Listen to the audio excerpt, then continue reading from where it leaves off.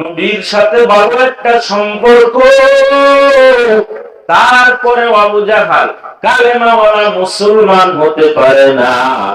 আর একজন উমরের মতো বান্দা নবীর গর্দান কাটতে গিয়া কালেমাওয়ালা মুসলমান হয়েছে। তাহলে এই প্যান্ডেল হেদায়েত তো আমার দিবেন আল্লাহ, তবে কপাল লাগবে, কথা ঠিক না ঠিক? কপাল তো বড়।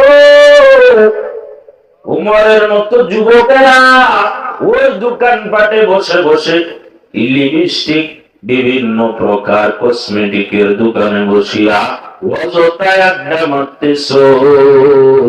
কত মুরব্বী বাবারা বাড়িতে বসে আছো, মনে করতেছো একটু পরে যাবো, ভালো আলোচনা হবে, শুনবো। ও বাবা, তোমার আমার তো কোনো গ্যারান্টি নাই কোন সময় জানি আজরাইল এসে যায়। ওই রামপুর বাজারে কার জন্য কাপড় রেডি কেউ বলতে পারবেন? না না, কেউ বলা যাবে না, বলতে পারবেন না। এই পাওয়ার তো আমার আল্লাহর। এজন্য বলে বাবা, ও যুবক ভাই, আপনাদেরকে আমরা খুব মহব্বত করি। আজকে আপনারা উলামায়ে কেরামদেরকে দাওয়াত করেছেন, দাওয়াত করে এনে যদি মেজবানরাই না থাকে, বলেন তো উলামায়ে কেরাম খুশি হবে না বেজার? উলামায়ে কেরাম খুশি বেজার হয়ে গেলে আমার আল্লাহ বেজার হয়ে যাবে। কেন কেন কেন? আমার নবীর ওয়ারিস হলেন উলামায়ে কেরাম। আমার নবীর ওয়ারিস উলামায়ে কেরাম।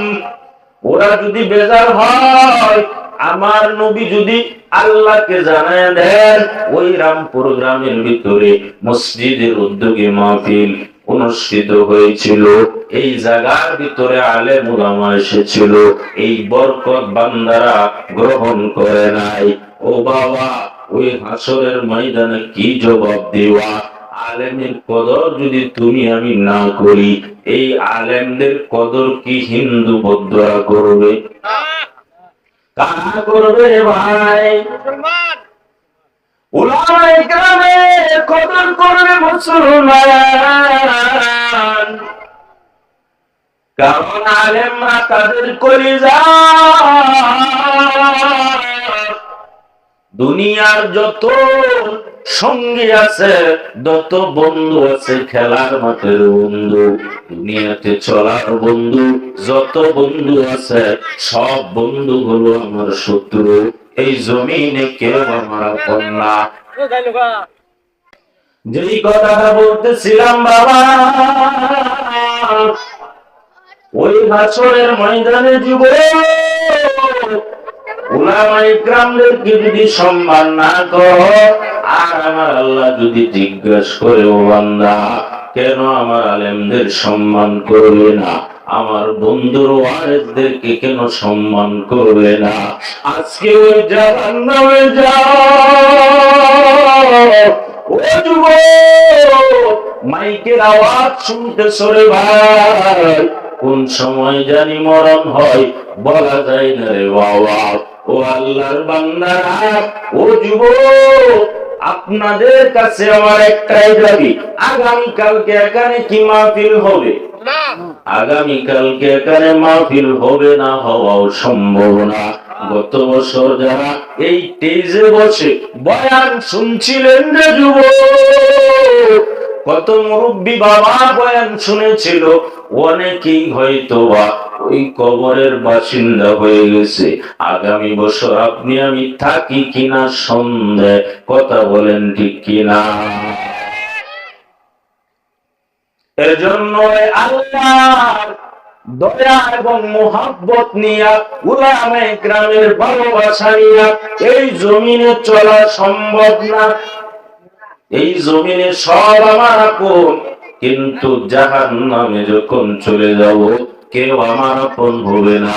একমাত্র আলেম উলামা, মসজিদের ইমাম সাহেব, মাদ্রাসার শিক্ষক, একমাত্র আহলে হকরাই আপনি আমার চিরবন্ধু।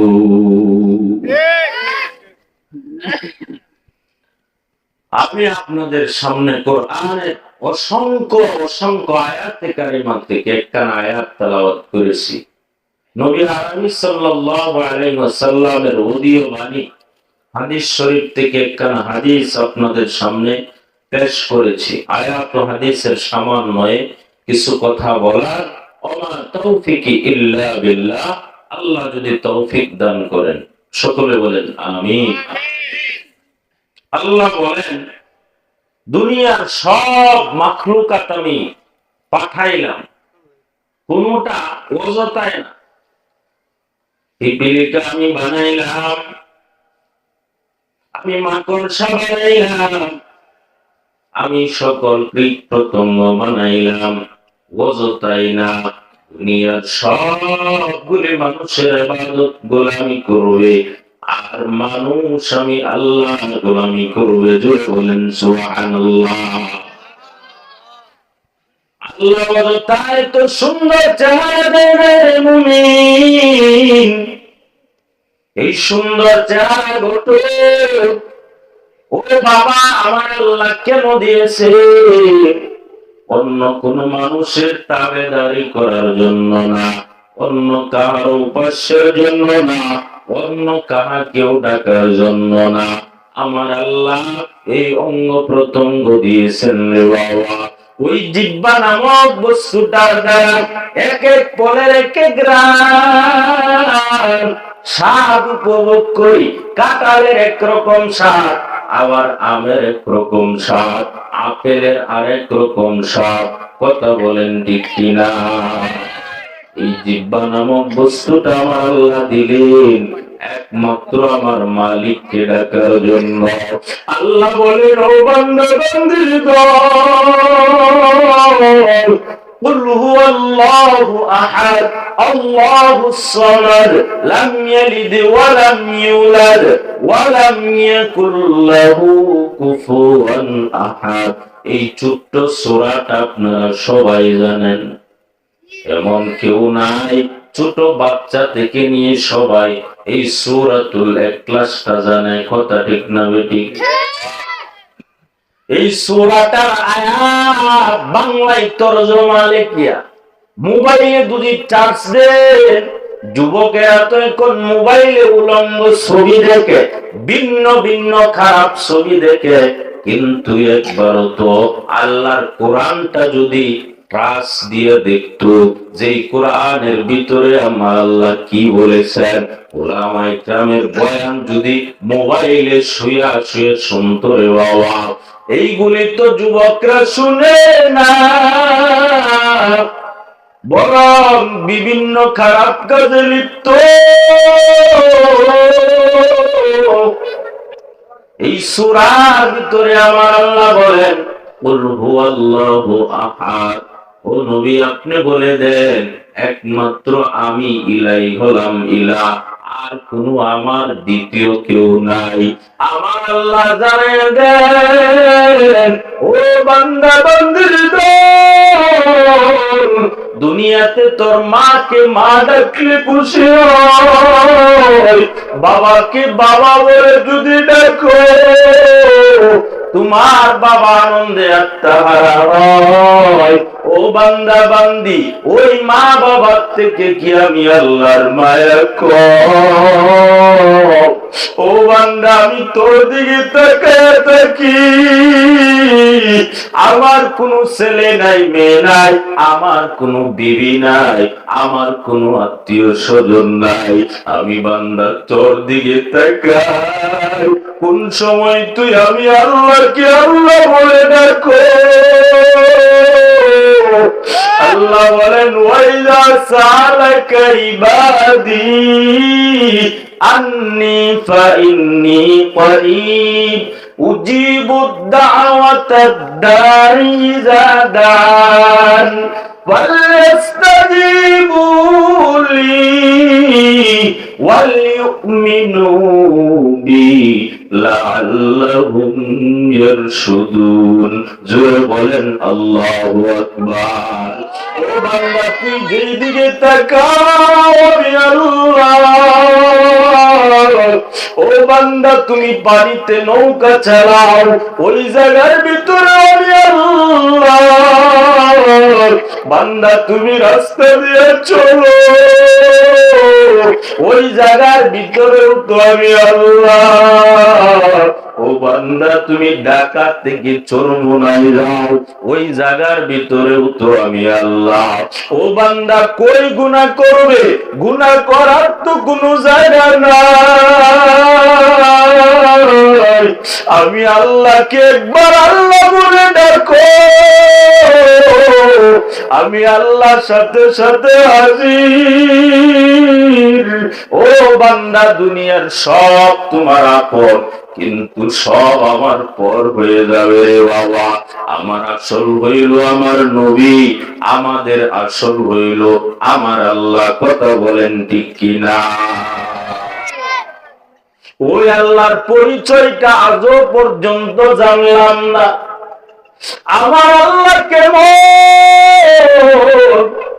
আমার আল্লাহর কুদরতটা কেমন, আজও পর্যন্ত জানতে পারলাম না। আল্লাহ বলেন বান্দা এত দূরে জানার দরকার নাই, আমি তোর শরীরে যে অঙ্গ প্রত্যঙ্গ দিলাম এইগুলি নিয়ে রিসার্চ করো বান্দা। তোকে একটা সুন্দর মুখ আমি আল্লাহ দান করলাম, চেহারা দান করলাম, আবার তোকে আমি দুইটা চক্ষু দান করলাম। এইগুলি দিয়ে দেখ, একটা যদি অসল হয়ে যায় হাজার হাজার কোটি কোটি টাকা দিয়াও এই মেশিনটাকে বানানো সম্ভব না। কথা বলেন ঠিক কিনা? যদি পাল্টাইতে যাও মাঝে মাঝে পেকে পচা ধরে ক্যান্সারে আক্রান্ত হয়। কিন্তু আমার আল্লাহ এই বানানো দিয়া সব কিছু দিয়া আমার আল্লাহ বানা জানায় দেন, ও বান্দা বান্দির দল, তোকে তো আমি অযথাই বানাই নাই। এই চন্দ্র আমি দান করলাম তোর গোলামির জন্য, সূর্য দান করলাম তোর গোলামির জন্য, দুনিয়ার সব কিছু তোর গোলামি করবে। ও বান্দা বিনিময়ে আমরা কার গোলামি করব? জোরে বলেন আমরা কার গোলামি করব? আর জোরে বলেন আমরা কার গোলামি করব? আমরা গোলামি করব আল্লাহ। আর আল্লাহর গোলামি যে বান্দা জমিনে করবি এর মতো দামি বান্দার কেউ নাই। আমার আল্লাহর রহমতের ছায়াটা ওই ইবাদতকারীর জন্য নির্ধারণ করেছেন। আমার আল্লাহ বলেন এই চন্দ্র সূর্য আমি কোনো বেঈমানের জন্য দেই নাই, সব দিয়েছি আমার মুমিনের জন্য। প্রশ্ন হতে পারে হুজুর তাহলে বেঈমানেরাও তো এই চন্দ্রের ছায়া গ্রহণ করে, সূর্যের আলো গ্রহণ করে। বুঝলাম রে বাবা, মোটেও কিন্তু সন্দেহ না। কিন্তু আল্লাহ বলেন যেই জমিনে আমি তোমাদেরকে পাঠাইলাম এই জমিনটা আমি আল্লাহর কাছে কোনো মূল্য নাই। বিদায় এই মাছের নদীর মাছটা ওই রামপুর নদীর পাড়ের মাছ সবাই খেতে পারে। আমি আল্লাহ স্বাধীনতা দিয়ে দিলাম, যা ইচ্ছা করো। তোমার মন চেয়েছে, শয়তান ধোঁকা দিয়েছে, তুমি ফজরের নামাজ পড়বা না, জোর করে তোমাকে মসজিদে আনা যাবে না। তোমার মন চেয়েছে জোহরের নামাজ পড়বা না, জোর করে তোমাকে মসজিদে আনা যাবে না। পাঁচ বেলার নামাজে যদি একবারও আমি আল্লাহর ডাকে সাড়া না দেব, আমি আল্লাহ কিন্তু রিজিক তোমার বন্ধ করব না। কারণ আমি আল্লাহ তাকায় থাকি ওই বেঈমানের দলেরা যদিও সূর্যের আলো গ্রহণ করে, চন্দ্রের আলো গ্রহণ করে, আমার নিয়ামত খায়, তারপরে ওদের দিকে আমি মায়া লাগায়া তাকায়া থাকি কোন সময় জানি বেঈমান কালেমাওয়ালা হয়। কথা বলেন ঠিক কিনা? কত হিন্দুর বাচ্চা মুসলমান হইতেছে না? কোরআন রিসার্চ করে করে দেখে আল্লাহর ইবাদত ছাড়া তো আর আমাদের কোনো উপায় নাই। কত ইংলিশ মিডিয়া ইঞ্জিনিয়ার ব্যারিস্টার, কত বড় বড় পণ্ডিতেরা কোরআনকে রিসার্চ করিয়া দেখলো আল্লাহ ছাড়ার কোনো ওদিও মালিক নাই, বিদায় আমরা মূর্তি পূজা করব না। যদি পূজা করতে হয় 5 বেলার সেজদার মাধ্যমে আমার মালিকের পূজা করব। কথা বলেন ঠিক কিনা? ও এলাকার মুসলমানের দল, ও রামপুরের যুবক, আল্লাহ কোরআনের ভিন্ন আয়াতে বলেন ওয়ামা খালাকুতুল জিন্না ওয়াল ইনসা ইল্লা লিয়াবুদুন। আল্লাহ কোরআনের ভিন্ন আয়াতে বলে দিয়েছেন মানুষ এবং জিন জাতিকে আমি আল্লাহ সৃষ্টি করেছি ইবাদতের জন্য, না হয় এদেরকে আমি সৃষ্টি করতাম না। আমার আল্লাহ যেহেতু বলেছেন ওই মানুষেরাই আল্লাহকে বেশি ডাকে, ওই মানুষেরাই আল্লাহকে জানে, ওই মানুষেরাই আল্লাহকে চিনে। ইবাদত মানে আল্লাহর পরিচয় লাভ। বান্দা তুমি আল্লাহর পরিচয়টা কেমনে লাভ করবা? গাঁজা কে আল্লাহর পরিচয় নেওয়া যাবে না। বিভিন্ন খারাপ কাজে লিপ্ত হইয়া আমার মালিকের পরিচয় নেওয়া যাবে না। ও মুমিন মুসলমানের দল, মালিকের পরিচয় যদি নিতে চাও ওই মসজিদে 5 বেলার নামাজ আদায় করতে হবে। কথা বলেন ঠিক কিনা? নামাজের মাধ্যমে আল্লাহর সাথে মুলাকাত। বান্দা বলে নামাজ পড়া, কিন্তু আল্লাহ বলেন না না, নামাজ পড়া এই শব্দটা হলো ভুল। আল্লাহ কোরআনের ভিন্ন আয়াতে বলেন নামাজ পড়ার জন্য না, নামাজ কায়েম করতে হবে। কথা বলেন ঠিক কিনা? আকিমুস সালাত অর্থাৎ নামাজ কায়েম করো। নামাজ পড়া শব্দটা ভুল। নামাজ কায়েম করতে হবে। নামাজ কায়েম কেমনে করবা? কায়েমের 3টা অর্থ রে বাবা। 1 নাম্বার হলো ওয়ারকাউ মা'আর রাকিঈন। 1 নাম্বার হলো রুকুকারীদের সাথে রুকু করা। এর মানে জামাতের সাথে নামাজ আদায় করতে হবে। কত বাবা আছো, নামাজ তো করবা, ইবাদত তো করবা। ওই নদীর পার জামে মসজিদে আযান হইল, অথচ সাথে তোমার বাড়ি, সামর্থ্য আছে মসজিদে আসার জন্য, কিন্তু আসো না। শয়তান গাটা ফিরাইয়া দেয়, না যাবে না, বাড়িতে নামাজ আদায় কর। আল্লাহর নবী বলেন মসজিদের আশেপাশে যাদের বাড়ি আছে সক্ষমতা থাকা সত্ত্বেও আযানের পরে যারা মসজিদে নামাজ পড়বে না, যারা নামাজ কায়েম করবে না, ওই নামাজ আল্লাহর কাছে কোনো মূল্য নাই।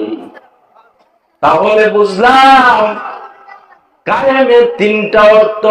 1 নাম্বার জামাতের সহিত নামাজ আদায় করা, অর্থাৎ রুকুকারীর সাথে রুকু করা। ইমাম সাহেব সাজদায় যায়, আমিও সাজদায় যাব।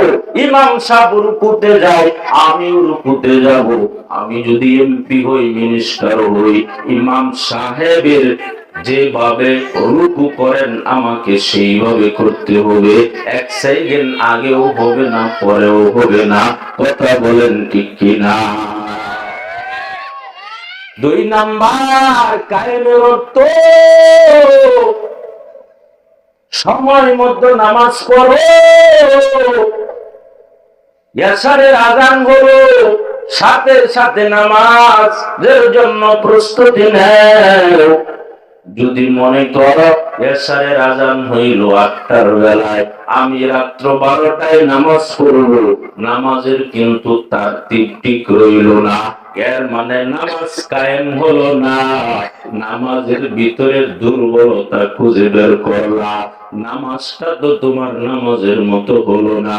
তোমার আমার তো দরকার ছিল সময় মতো নামাজ পড়া, নামাজটা সময় মতো কায়েম করে নেওয়া।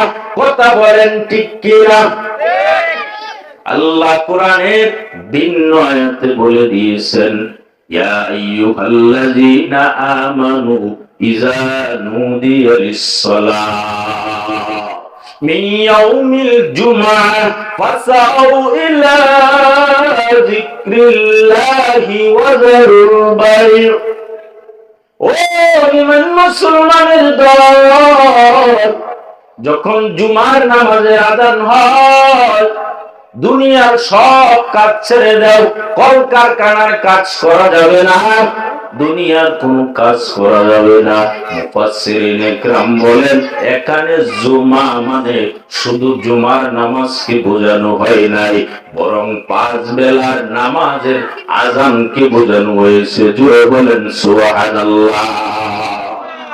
অর্থাৎ 5 বেলার নামাজের যখন আযান হয়, সাথে সাথে কান বন্ধ করে দেয়। এমন মনে করা যাবে না জামাত হবে 7:30টায়, আমি নামাজ আদায় করবো 8টায়। এমন দুর্বলতা ইবাদতের সাথে চলবে না। দুর্বলতা অন্য কিছুর কাজে চলবে। বিবির সাথে সময়টা কমায় দেন, এই ক্ষেত্রে দুর্বলতা দেখাইয়া সবল যদি আমার আল্লাহর সাথে কালেকশন করো বাবা, তোমার কবরের জগৎটা আলোকিত হয়ে যাবে। हकीकत से तो दुनिया बेखबर है, दुनिया की नुमाइश पर नजर है। नमी गोयम के आज दुनिया जुदा बस, बहर हाल के बासी बा खुदावास। তাহলে আমরা ইবাদত করব কার? কোন জায়গায় ছিল? নামাজ কায়েমের 2টা অর্থ বের। নামাজ কায়েমের 3য় নাম্বার অর্থ খুশু খুজুর সাথে নামাজ পড়া, খুশু খুজুর সাথে নামাজ আদায় করে নেওয়া। খুশু অর্থ আল্লাহর ভয়, খুজু অর্থ নম্রতা বিনয়। খুশু মানে যখন তুমি নামাজে দাঁড়াইবা, দুনিয়ার সব বাদ দেওয়া লাগবে রে বাবা। নামাজে যখন দাঁড়াইবা, মনে মনে ভাববা আমার সামনে আমার আল্লাহ, না হয় আমার সাথে আমার আল্লাহ। আমি তো আমার মালিকের সাথে কথা বলবো, অন্য কারো সাথে তো কথা বলবো না। মনিরের সাথে যেহেতু কথা বলবো, দুনিয়ার স্ত্রী বাদ দেওয়া লাগবে, সংসার বাদ দেওয়া লাগবে, দোকানদারি বাদ দেওয়া লাগবে। কারণ আমি যখন মালিকের সাথে কথা বলবো, ওই মালিক থেকে যদি আমি মুখ ফিরায় দেই, তাহলে আমার ইহকালটা ধ্বংস হয়ে যাবে এবং পরকালও ধ্বংস। কথা বলেন ঠিক কিনা? খুজু অর্থ নম্রতা, নম্রভাবে নামাজ পড়ো। নামাজে দাঁড়াইয়া চিন্তা করা যাবে না আমার দোকানের কি অবস্থা, নামাজে দাঁড়াইয়া চিন্তা করা যাবে না আমার ক্ষেত কামাইয়ের কি হালাত। নামাজের পরে তুমি ক্ষেত কামারের ফিকির করো, নামাজের পরে ব্যবসা করো, নামাজের পরে বাণিজ্য করো, ইবাদতের পরে সব কিছু করো। ইসলামটা আমার আল্লাহ কঠিন করে দেন নাই। আমার আল্লাহ বলেন, ইয়া আইয়ুহাল্লাযীনা আমানু ইযা নুদিয়া লিস-সালাত মিন ইয়াউমিল জুমআতি ফাসাউ ইলা যিকরিল্লাহি ওয়া যারুল বাই। যখন মুয়াজ্জিন সাহেব আযান দেয়, ব্যবসা বাণিজ্য সব বন্ধ করে দাও। ওয়া যারুল বাই যালিকা ফাযলুল্লাহ। ইয়া আইয়ুহাল্লাযীনা আমানু ইযা নুদিয়া লিস-সালাত মিন ইয়াউমিল জুমআতি ফাসাউ ইলা যিকরিল্লাহি ওয়া যারুল বাই যালিকুম খায়রুল লাকুম ইন কুনতুম তা'মালুন। জোরে বলেন আল্লাহু আকবার। যদি আযানের পরে, নামাজের পরে তুমি খাস করো, খেতে কামারে কাজে লেগে যাও, সবকিছু দোকানদারিতে লেগে যাও, আমার আল্লাহ বলেন এর ভিতরে নামাজের পরে, ইবাদতের পরে যত কাজ করবা, সব কাজের ভিতরে আমি আল্লাহ বরকত দান করব। জোরে বলেন সুবহানাল্লাহ। या इलाही तो मेरा माबूद है, या इलाही तो मेरा माशूक है, या इलाही मुझसे मुझको दूर कर, काके देखो मुझ में तुझको एक नजर। এতক্ষণ আলোচনার দ্বারা বুঝলাম আমার আল্লাহ ছাড়া কোনো ইলাহ নাই। যদি ইবাদত করো, ইবাদত তো করতেই হবে, আমার আল্লাহ ছাড়া কারো ইবাদত করা যাবে না, আমার আল্লাহর সাথে কাউকে শরীক করা যাবে না। ও বাবা, এজন্যই তো আমার আল্লাহ বলেন وَقَضَى رَبُّكَ أَلَّا تَعْبُدُوا إِلَّا إِيَّاهُ وَبِالْوَالِدَيْنِ إِحْسَانًا। আমি আল্লাহ চূড়ান্ত করে দিলাম, ইবাদত করবে আমার সাথে কাউকে শরীক করবে না।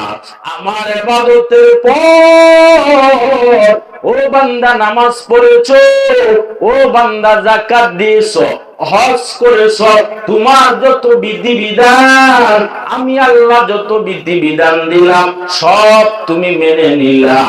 এরপরে তোমার আরেকটা দায়িত্ব, ওয়াবিল ওয়ালিদাইনি ইহসানা। দায়িত্বটা হলো মা বাবার সাথে ভালো ব্যবহার করা। ইবাদতের পরে কার স্থান? মা বাবার জায়গা। ইবাদত করি, কোরআন তেলাওয়াত করি, বড় মুফতি হইলাম, আলেম হইলাম, আমার মতো বেঈমান যদি এরপরে মা বাবার সাথে খারাপ ব্যবহার করে, বলেন তো এর মতো বড় বাটপার আর কে হতে পারে? এজন্য আমার আল্লাহ বলেন সব কিছু করার পর, আমার নির্দেশ মানার পরে মা বাবার সাথে ভালো ব্যবহার করো। মা বাবা কেমন? মা বাবার দোয়া ছাড়া আমি এই চেয়ারে বসতে পারি নাই। মা বাবার দোয়া ছাড়া ওর সন্তান পরীক্ষায় পাস করতে পারো না। মা বাবার দোয়া ছাড়া ইঞ্জিনিয়ার হতে পারো না। মা বাবার দোয়া ছাড়া তুমি ব্যারিস্টার হতে পারো নাই। মা বাবার তো চোখের পানি এই মজলিসে জানি না কার মা নাই, কার বাবা নাই। যাদের মা বাবা নাই আর জীবনে মাকে পাবেন না রে বাবা।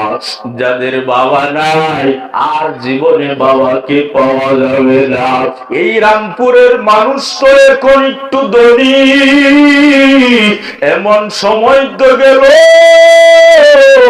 ঘরে খাবার নাই, মা না খাইয়া সন্তানকে খাওয়ায়, বাবা পেটে গামছা বাঁধিয়া কাজ করে করে মানুষের বাড়ি থেকে কিছু খাবার নিয়ে আসে। এই শীতে তো কাপড় ছিল না, বাবা মানুষের বাড়ি থেকে দাঁড় করিয়া করিয়া আমার জন্য আপনার জন্য কাপড় নিয়ে আসছি।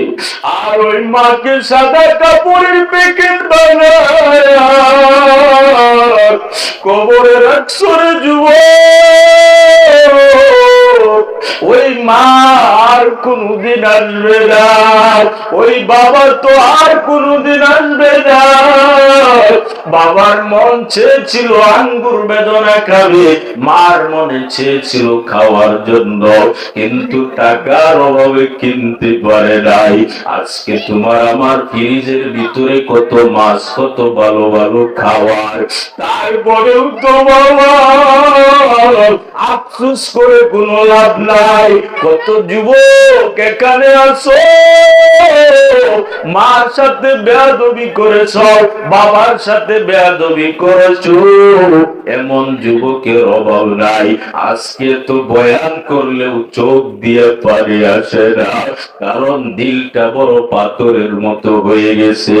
কেন কেন? মা বাবার বরদুয়ার কারণে বাবা। আজকে তো সুন্দর আলোচনা চলে, কোরআন হাদিসের আলোচনা চলতেছে। আজকে যদি এই জায়গার ভিতরে বেবি নাজবিন কে আনা হতো, মমতাজ বেগম কে আনা হতো, দাওয়াতের দরকার ছিল না, এমনিতেই যুবকের আল্লাহ পায় আসতো। কথা বলেন ঠিক কিনা? কিন্তু এতটুক পরিচয় পাইলাম যে ভাই বা বাবার আমার সামনে আসছেন, এই মাইকের আওয়াজটা শুনিয়া আমার ডাকে যে আপনারা সাড়া দিয়েছেন, কোরআন হাদিসের ডাকে সাড়া দিয়েছ, এজন্য যদিও মানুষ অল্প, কিন্তু এই মজলিসটা আমার আল্লাহর দরবারে মকবুলিয়ত নিঃসন্দেহে। কথা বলেন ঠিক কিনা? ওরে আল্লাহর বান্দা, যদি মা বাবার সাথে বেয়াদবি করে থাকো, মা বাবার কবরের পাশে যাইয়া একটু কান্না কর। ওরে মা, ওরে বাবা, কবরের পাশে যাইয়া সূরা জিলজাল তেলাওয়াত কর। কবরের পাশে যাইয়া সূরাতুল ইখলাস 3 বার পড়ো। আমার নবী জানায় দেন, যদি কোনো বান্দা মা বাবার কবরের পাশে যাইয়া সূরা ইখলাসটা মানে কুল হুয়াল্লাহু আহাদ, এই সূরাটা যদি 3 বার পড়িয়া, দুরূদ শরীফ পড়িয়া যদি একবার চোখের পানি ছেড়ে দেয়, আমার আল্লাহ ওই মা বাবার কবরকে এই কোরআনুল কারীম খতমের বিনিময়ে আল্লাহ জান্নাতবাসী বানায়া দেয়।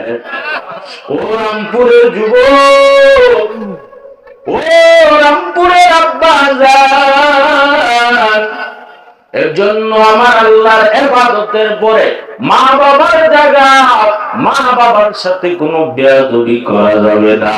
আজকে চারে বসছি মায়ের একমাত্র দোয়ার কারণে, বাবার দোয়ার কারণে। আমার মতো কত বড় বড় আলেম তারা কান্দা আছে, সারা বাংলাদেশের ভিতরে আছে। আমার তো কোনো যোগ্যতাই নাই, এখানে যারা আছেন তাদের জুতা টানার যোগ্যতা আমার নাই, তারপরে মানুষ কেন খুঁজে রে বাবা? এইগুলি কোন অহংকার না, একমাত্র মা বাবা এবং উস্তাদের চোখের পানি। কথা বলেন ঠিক কিনা? এজন্য বাবা আমরা চাই এই গ্রামের ভিতরে আপনিও একজন হাফেজের বাবা হয়ে যান। আমরা চাই গ্রামের ভিতরে আপনিও একজন মৌলানার বাবা হয়ে যান, মুফতি সাহেবের বাবা হয়ে যান। যদি জাহান্নাম থেকে বাঁচতে চান, একজন সন্তানকে অন্তত আলেম বানানো দরকার। কথা বলেন ঠিক কিনা?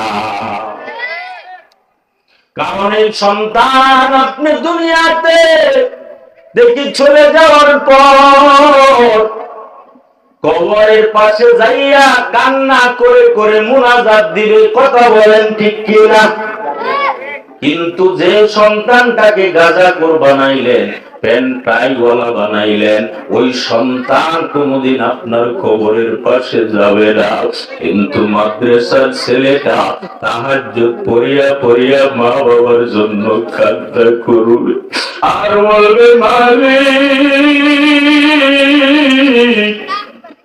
আমার মা বাবাকে মাফ করে দেও।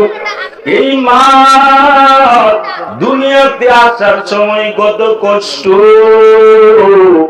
আমার মা কথা বলতে পারে না, কিন্তু আমি যেদিন দুনিয়াতে আসলাম, যদিও আমার মা পর্দা করতো, বাহিরে কোনো আওয়াজ যেত না, কিন্তু আমার মা ওই দিন চিৎকারের আওয়াজ পাশের বাড়ির মহিলারা পর্যন্ত আমার মাকে বুঝায়, আর কান্না করিও না। আমার দাদি নানিকে আমার মা বলে, আপনারা দূরে সরে যান। আমার বাবা পাশে যাওয়ার পর আমার মা বলে, ওরে স্বামী আমার, আমি মনে হয় আর দুনিয়ায় বাঁচবো না। সাত আসমান আমার মাথার উপরে এসে গেল। জীবনের মোর কষ্ট মায়ে বেদনায়, সাত আসমান সাত জমিন তখন মায়েরি মাতায়। এমন মাকে কেমনে আজি, এমন মাকে কেমনে আজি যাব আমি ভুলিয়া। ও আমার প্রাণের মা, মা গো মা, কোথায় গেলে মোরে সারিয়া। জনম দুঃখী এতিম আমি, চাই না কেহ ফিরিয়া। জোরে বলেন আল্লাহু আকবার। এমন মায়ের খেদমতে করার দরকার আছে না নাই? ও বান্দা বান্দির দল, কবরে একা যেতে হলে আপনার আমার কোরআন এক, আল্লাহ এক, নবী এক। ও বাবা, সাদা কাপড়ের কাপড় হবে এক সাইজের বাবা, কারোটা লম্বা, কারোটা সাদা, কারোটা কালো হবে না। যেহেতু ওই কবরে আপনি আমার হিসাব নিকাশ হবে, এত ইবাদত যদি মা বাবার সেবা না করার কারণে বরবাদ হয়ে যায়, ওই মা বাবা সারা দুনিয়ায় আমার আপন কেউ নাই। আল্লাহর নবীর সাহাবা আবু হুরায়রা রাদিয়াল্লাহু তাআলা আনহু, আল্লাহর নবীর সাহাবা, নবীর সামনে বসা, হঠাৎ করে গ্রাম্য ব্যক্তি আসিয়া বলে, ও নবী, আমি দুনিয়ার লাইনে কাকে সবচাইতে বেশি সম্মান করব? নবী বললেন, ও সাহাবা, পালা উম্মুকা, তুমি তোমার মায়ের সেবা করবা, তুমি তোমার মাকে সম্মান দেবা। সাহাবা বলে, পালা সুম্মা মান, ও নবী এরপর কার? নবী বলেন, উম্মুকা, তোমার মা। সাহাবা আবার বলেন, পালা সুম্মা মান, ও নবী এরপরে কার করব? নবী বলেন, পালা উম্মুকা, তুমি তোমার মায়ের সেবা করো। তারপরে আবার বলেন, সুম্মা মান, ও নবী এরপরে কার করব? নবী বললেন, আবুকা, তোমার বাবা। এখন বলেন তো, মার কত কষ্টের বিনিময়, ত্যাগের বিনিময়। এই হাদিস দ্বারা বুঝলাম, আমার মা থেকে আপন কেউ নাই, আমার বাবার থেকে আপন কেউ নাই। সম্মান যদি দিতে হয়, সবার আগে কাকে সম্মান করব? হ্যাঁ, না কোনো পীরকে? আপনাদের এলাকা না পীর আছে, এদের সম্মান বেশি করেন? হ্যাঁ, আওয়ামী লীগের যুগে তো বাপরে বাপ, মোল্লা মুন্সির এই দেশে বাপ নাই। দেশটা নাকি তাদের বাপের কিনা, কথা ঠিক না? আজকে কই গেলে পারলে আমাদের সামনে আয়, কথা ঠিক না বেটি? আমি এখান থেকে বলতে চাই, দীর্ঘ 1000 বছরেও এই বেঈমানের দল যতই চক্রান্ত ষড়যন্ত্র করুক, বাংলার জমিনে তাই হবে না, কথা ঠিক না বেটি? আপনারা আছেন তো ইনশাআল্লাহ? আল্লাহ আমাদের সবাইকে দ্বীনের জন্য কবুল করেন, সকলে বলেন আমিন। ওয়া আখিরু দাওয়ানা আলহামদুলিল্লাহি রাব্বিল আলামিন। আসসালামু আলাইকুম ওয়া রাহমাতুল্লাহ। আমার একটা প্রোগ্রাম আছে, 9টা বাজে এই জায়গা থাকতে হবে, বুঝছেন কিনা?